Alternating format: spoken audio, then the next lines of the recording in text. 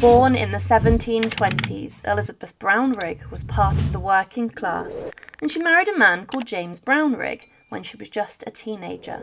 James was an apprentice plumber, and together they had 16 children. Sadly, however, only 3 of these survived past infancy.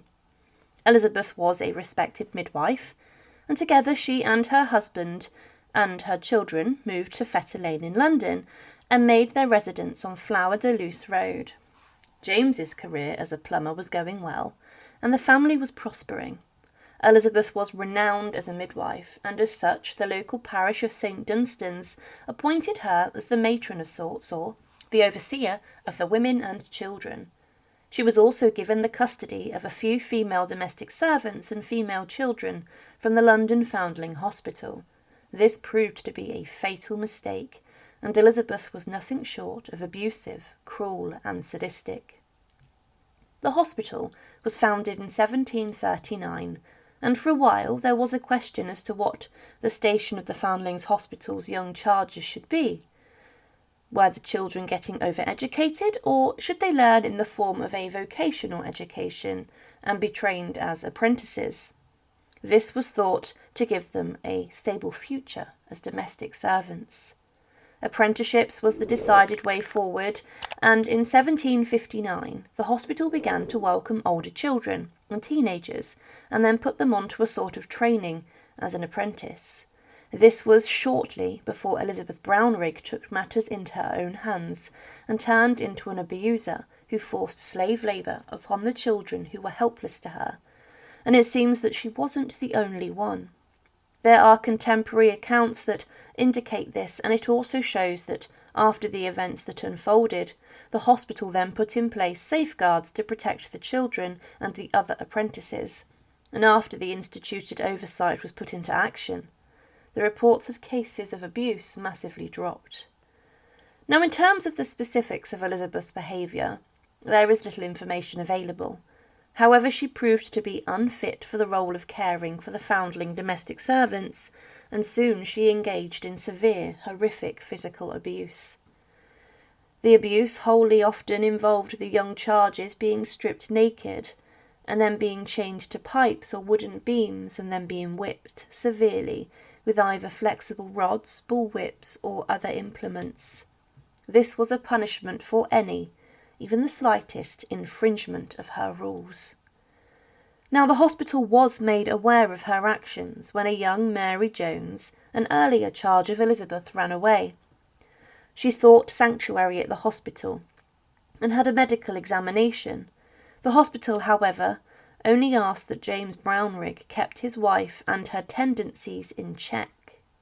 There was no further action taken.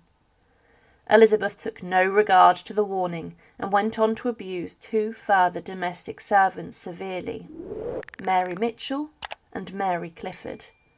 Now, Mary Mitchell tried to seek refuge from Elizabeth, but John, Elizabeth's son, forced her to return. Mary Clifford was, however, entrusted to the care of Elizabeth, and as a result she was subjected to more excessive punishment. She was forced to always be naked and to sleep in the coal hole. She was starved and only fed on bread and water, so she needed to try and steal food to survive. But when Elizabeth caught her, she beat her over and over for a whole day and chained her to the roof beam in the kitchen. In the June of 1767, both Marys had infections in their wounds as they had been left untreated, and the abuse from Elizabeth repeatedly gave them no time to heal at all. Something was very wrong, and the neighbour of the Brownriggs soon grew suspicious and asked the Foundling Hospital to investigate. Mary Mitchell was given over, but Clifford was missing, and the inspector demanded to know where she was. James Brownrigg was taken prisoner, but Elizabeth and their son escaped. The capture, however, was very swift as the public was angry, and by the August of 1767, the trio stood trial in the Old Bailey. However, by the time Mary Clifford was found and was taken to the hospital, she had died as a result of her treatment and wounds. So Elizabeth was charged with her murder. Mary Clifford was just 14. Next is a quote from the Old Bailey's proceedings, dated September 9th, 1767, of the trial of James, Elizabeth, and John Brownrigg. James Brownrigg, Elizabeth his wife, and John their son were indicted for that they, not having the fear of God before their eyes, but being moved by the instigation of the devil, did wickedly, maliciously, and feloniously, from the 1st of May 1766, and divers other days and times to the 4th of August 1767, make an assault on Mary Clifford, spinster.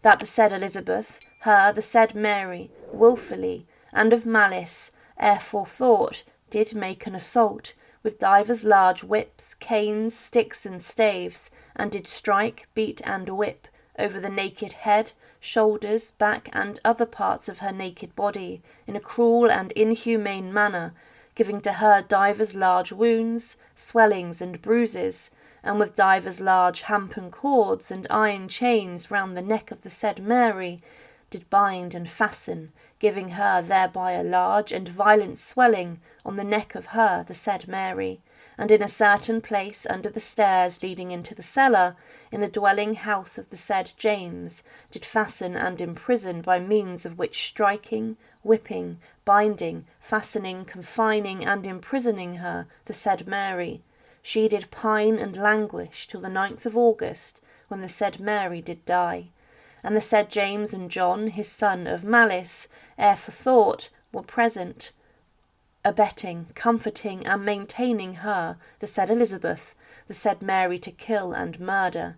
And her, the said Elizabeth, and James, her husband, stood charged on the coroner's inquest for the said murder. At the trial, Mary Mitchell testified against Elizabeth, as did 2 others, and the medical evidence and autopsy of Mary Clifford showed that Elizabeth's assaults and negligence was the main contributor to Mary Clifford's death.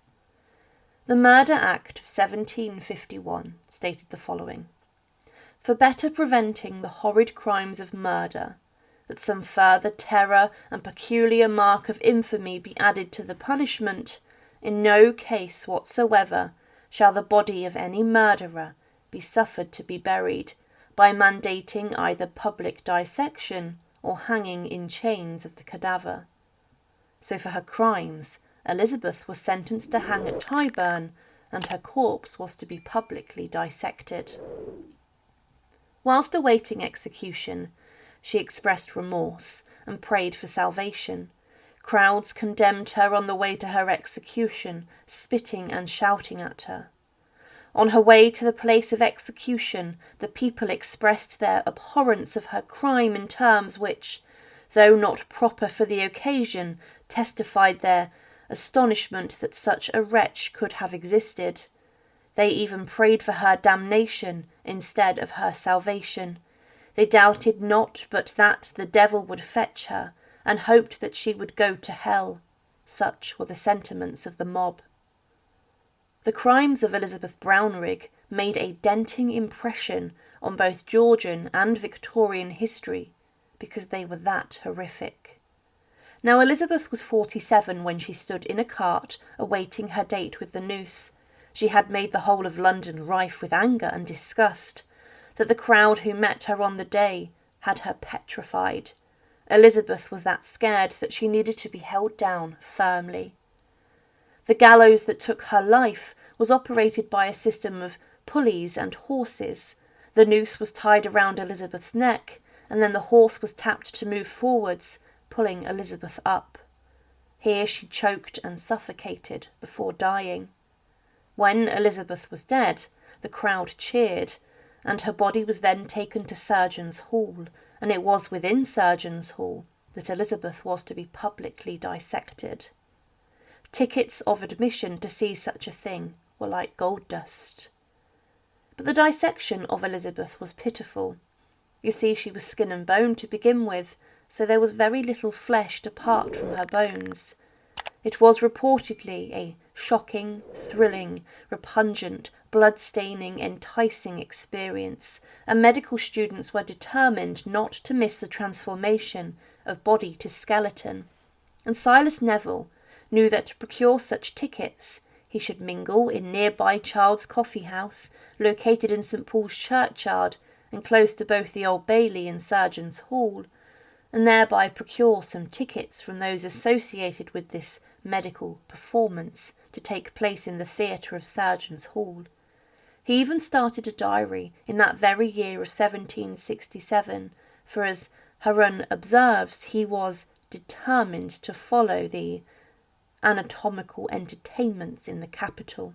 Neville wrote, Wednesday, 16 September 1767. After waiting an hour in the lobby of Surgeons' Hall, got by with great difficulty, the crowd being great and the screws stairs very narrow, to see the body of Mrs. Brownrigg, which, cut as it is a most shocking sight. I wish I had not seen it. How loathsome our vile bodies are, when separated from the soul. It is surprising what crowds of women and girls run to see, what usually frightens them so much. The hall is circular, with niches in which are placed skeletons. Elizabeth's internal organs were cut from her body under the close gaze of the public, and under the Murder Act, burial was denied. A local newspaper released the following statement. It is said the skeleton of Mrs. Brownrigg will be fixed in the niche opposite the front door in the Surgeons' Theatre, and her name will be wrote under it, in order to perpetuate the heinousness of her cruelty in the minds of the spectators. Elizabeth Brownrigg was no doubt a cruel and horrific individual whose actions ruined and destroyed the lives of multiple young girls, and even killing one of them. She is remembered today as a reminder of the suffering and vulnerability where young people are concerned, and that professional accountability should never be relaxed nor ignored. Thank you for watching, and to support, please subscribe to Her Remarkable History. Thank you.